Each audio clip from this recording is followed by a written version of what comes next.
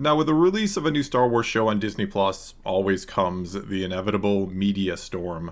Comes a ton of articles doing anything and everything from simply reviewing the Acolyte and giving their opinion, or in some cases perhaps the opinion Disney pays them to give, to other articles that are basically interviews with the cast and crew getting their thoughts and some insights from behind the scenes, while others yet are written by some who sort of try to analyze the show to go deeper and to give their own take on what it all means, that try to discuss the inner workings of Star Wars and its themes, including talking about such things as the Jedi Order, the very nature of the Force, and the struggle of good versus evil.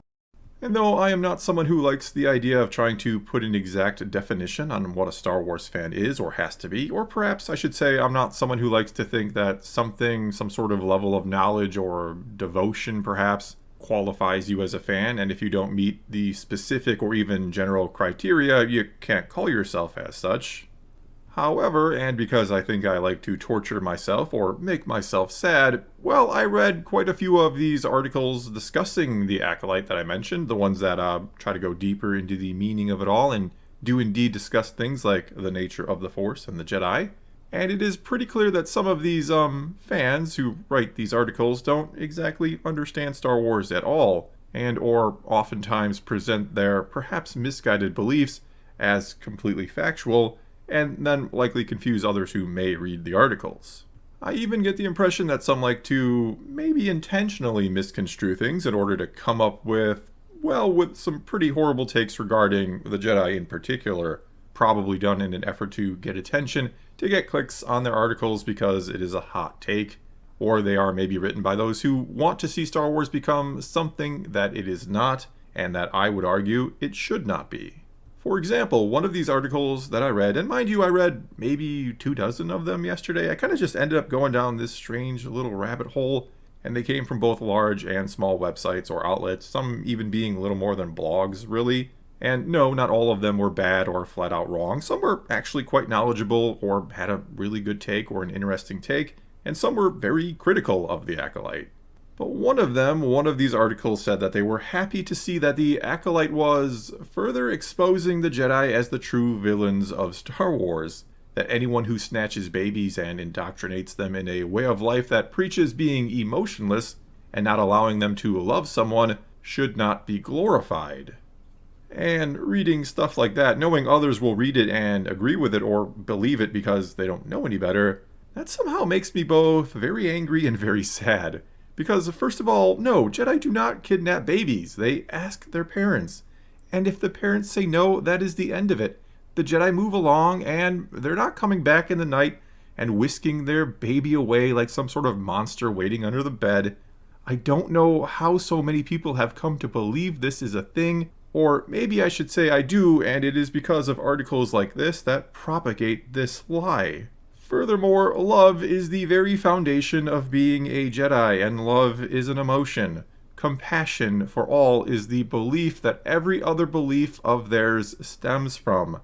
Anakin actually puts it very well in Attack of the Clones when he says that compassion is unconditional love, and that you could even say they are encouraged to love.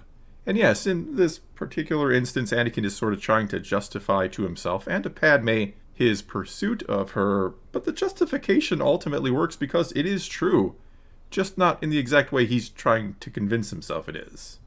Basically, he is allowed to love Padme. He can have her as a friend, and the Jedi would be and don't have any issue with it whatsoever. I mean, especially if you watch the Clone Wars, Anakin never really tries to hide the fact that him and Padme are really good friends, that they are very close, and that they, like to hang out every now and then.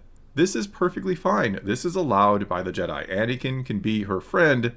He just cannot possess her, which obviously doesn't mean a physical possession or a type of ownership, but rather being unwilling or unable to let her go. He has to be able and willing to put the greater good before her, essentially, which he doesn't do when he saves Palpatine for the chance to save her, and basically condemns the entire galaxy. But anyway, or moving on, one of these other articles said that what they like about the Acolyte is, and they'd seen the first 4 episodes, but what they like about it is that it's breaking through the restrictive binary of good versus evil and moving Star Wars forward in more ways than one, and making it relevant again. And though, sure, you could make an argument that in the real world we all fall somewhere between the two extremes, somewhere between good and evil, with no one truly epitomizing either one. That even the very worst of us is not evil in the sense that they are literally a manifestation of malevolence. In other words, there is no dark side in the real world, only things that we deem evil because of how heinous they are and how they go against our moralistic views.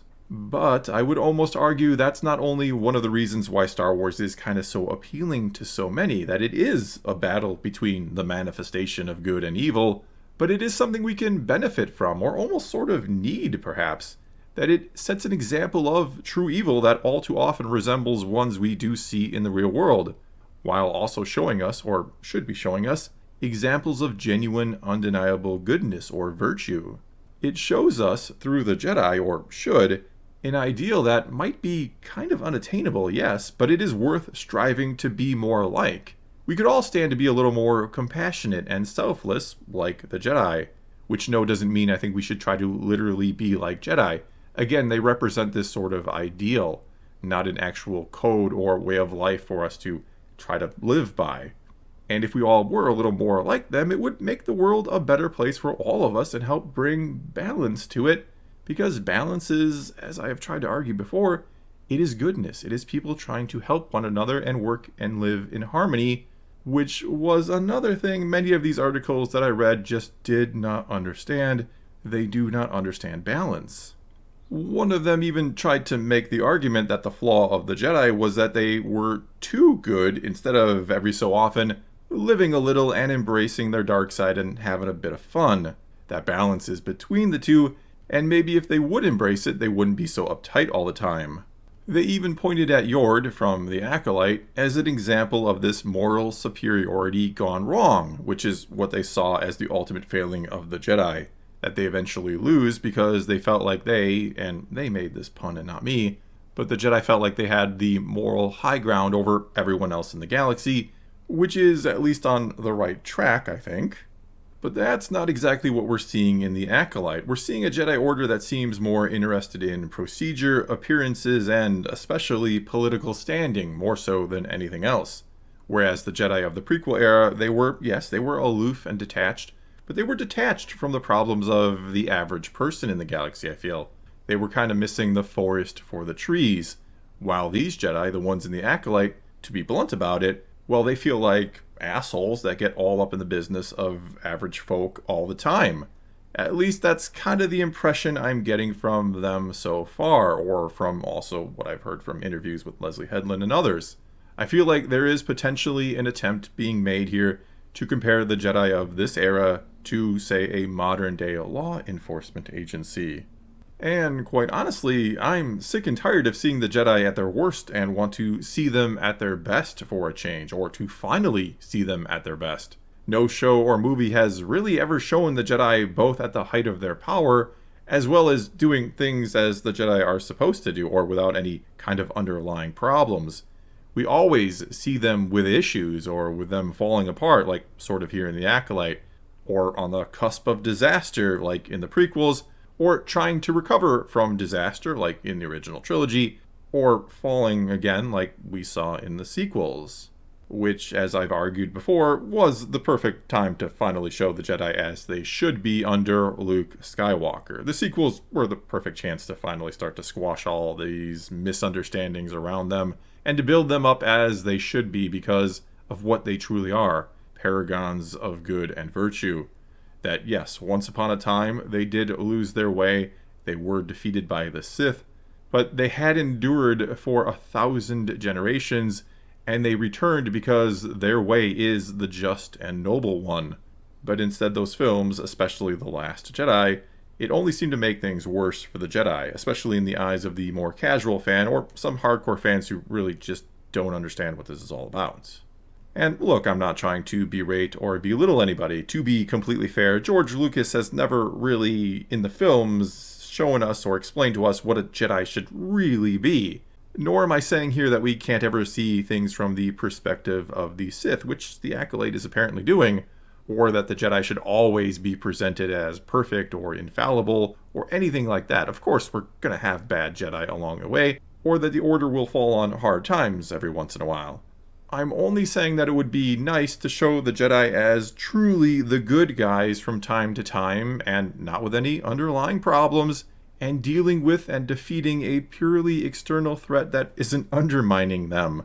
Or at least showing doing that more than they currently are, because there are some examples of the Jedi, as they should be, sprinkled in throughout the Disney era stuff, sure. But just one time, I want to get a series or a movie that shows the Jedi, as I was saying, at their height and operating as they should and normally do, that shows why and how they are so virtuous and good, and maybe puts an end to some of this confusion around them.